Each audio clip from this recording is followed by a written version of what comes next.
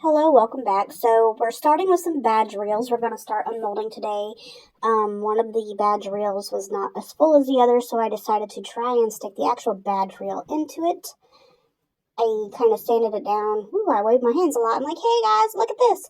So anyway, so we're going to start unmolding. This first one is just all gold. And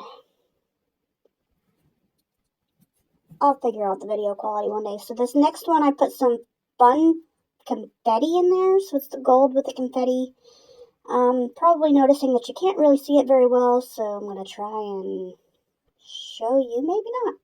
You don't need a good look at that, right?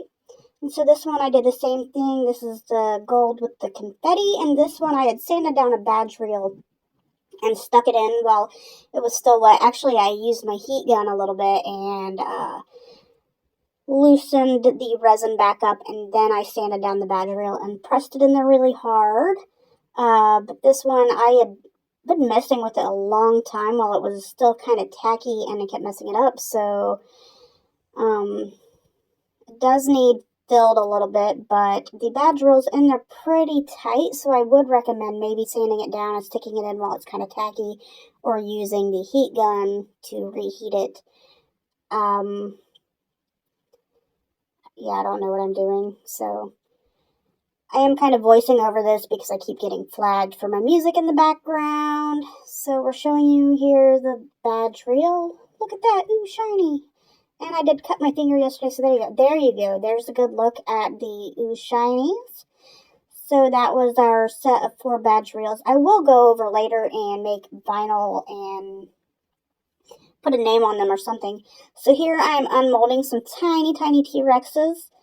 We will make stud earrings out of these. This is my first time using this mold. And they do need trimmed up a little bit. Oh, there you go. You can kind of see my little T-Rex in there. He's adorable. And I will probably keep this first set of earrings that I make with this.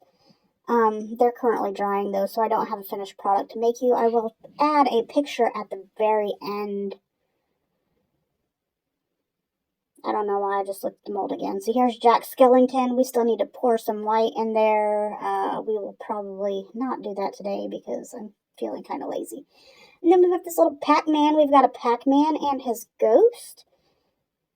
And so I'm probably telling you that later I'm going to go in and pour some black paint in the eyes and then wipe it up. Just so it actually looks like a Pac-Man. Actually, I think his eyes are white. I think I'm messing everything up. And then here's the little ghost.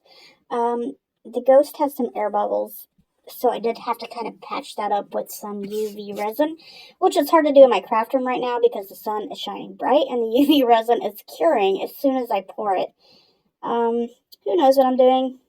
Talking to you guys, but like I said, I'm recording over the original video because I keep getting flagged. Here we've got some marijuana leaves. Marijuana is not my thing, but my boyfriend told me I needed to branch out to get more customers. So I was not a fan of how the marijuana leaves turned out. There's too many air bubbles. I don't even think I would use these. At least this first set. I'll probably just toss them in my little resin bucket for my beads or whatever for people to do for confetti pools. So nobody's done the confetti pools yet. So if you want random confetti, please order it from my Etsy website. So here, this is the rooster's comb. We did that in burgundy yesterday. My dog decided I was crazy and just bailed out of here. She's like, I don't know what mom's doing. She's talking to herself. What are we doing here? Oh. I keep all my little resin pieces and I put them in a little container for later. And I use them in other projects just for like kind of sparkly confetti pieces. So this one here is a birdie hole. We're going to call this the cupcake. I do not have my cupcake charms yet, so it was supposed to be peach. It's more of definitely a pink, and then I put the confetti in there. So this will be a confetti, or not a confetti, but a cupcake keychain later. Or maybe that one will be a magnet. It's kind of bigger than my other pieces. Not a super huge fan, so here I'm picking more resin residue off to put in my little container for projects for later. And then we've got this middle finger here. That was the burgundy color, and then I put some gold into it just because I had some gold left over. And for being the first time I've ever used this one, I absolutely love how it turned out.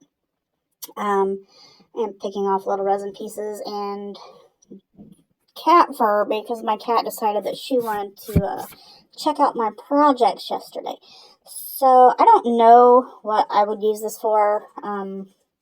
It's pretty though. I love how the colors turned out. I do think I would use this burgundy color with maybe the gold in there as well. I don't know what I'm going to use them for. I don't do a lot of large pour projects, mostly because I don't have the attention span for it. So here, I don't know, I'm just checking out the piece again. I'm like, woo, there you go. Again, I love how the colors turned out here. And then here's the back. So I will probably pour some resin over that and dome it. I don't know, maybe I will customize it and put my dad's name on there. His birthday's in a couple of days. So here are the lady bits. These are green. I don't know really, the lighting in here is terrible, even though I've got 100 lights in here. So this one is going to be part of the Luck Be a Lady keychain collection. I poured 2 different colored greens in this, and so there are some of the lady bits that look like they might have some herpes.